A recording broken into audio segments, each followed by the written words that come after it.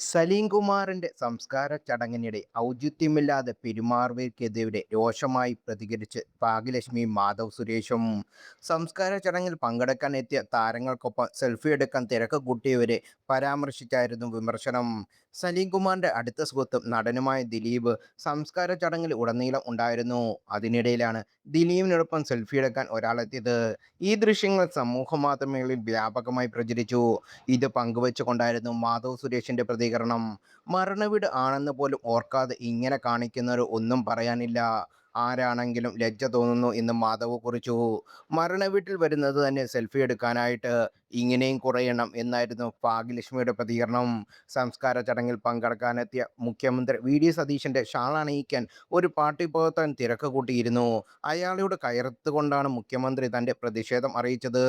സലീം കുമാറിന്റെ സംസ്കാര ചടങ്ങിൽ തള്ളിക്കയറി അസ്വസ്ഥത സൃഷ്ടിച്ച യൂട്യൂബ് ചാനലുകൾക്കെതിരെ ചന്തു സലീം കുമാറും കയർത്ത് സംസാരിച്ചിരുന്നു. സലീം കുമാറിന്റെ ഭൗതിക ശരീരം പറവൂരിലെ വസതിയായ ലാഫിംഗ് വില്ലയിലെ ഔദ്യോഗിക ബഹുമതികളോടെ സംസ്കരിക്കുന്ന ചടങ്ങിലാണ് ഔചിത്യമില്ലാതെ ചില യൂട്യൂബ് ചാനലുകൾ പെരുമാറിയത്.